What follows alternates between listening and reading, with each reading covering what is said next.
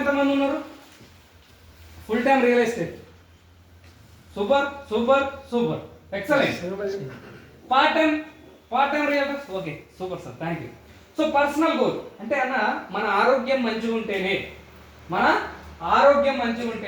మనం పర్ఫెక్ట్గా ఉంటేనే మనం ఒక పని చేయగలుగుతాం, అట్రాక్టివ్గా మాట్లాడగలుగుతాం. ఇప్పుడు నాకు ఈ పని ఇష్టం, మాట్లాడడం, ఎదుటి వ్యక్తిని మోటివేట్ చేసి వాళ్ళ నా వైపు అట్రాక్ట్ చేసి తెలిసిన విషయమే మళ్ళీ గుర్తు చేయడం, ఇంకో కొత్త విషయాన్ని మీకు నేర్పించడం.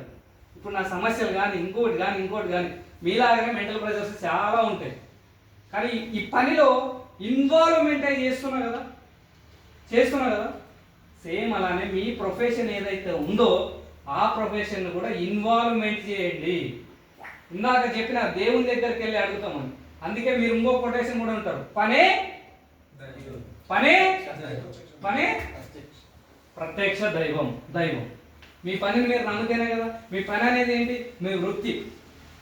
సార్ డబ్బు అనేది చాలా ఇంపార్టెంట్. పిల్లల భవిష్యత్తుని నిర్మించగలగాలన్నా, ఆపద వచ్చినప్పుడు ఆదుకోవాలన్నా, సమాజంలో మంచి రావాలన్నా, గుర్తింపు రావాలన్నా, ఒకరి మీద ఆధారపడకుండా ఉండగలగాలన్నా డబ్బు ఈజ్ ద మోస్ట్ ఇంపార్టెంట్.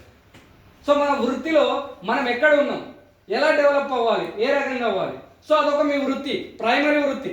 అవునా కదా? ఇప్పుడు రెండో వృత్తి ఏంటి?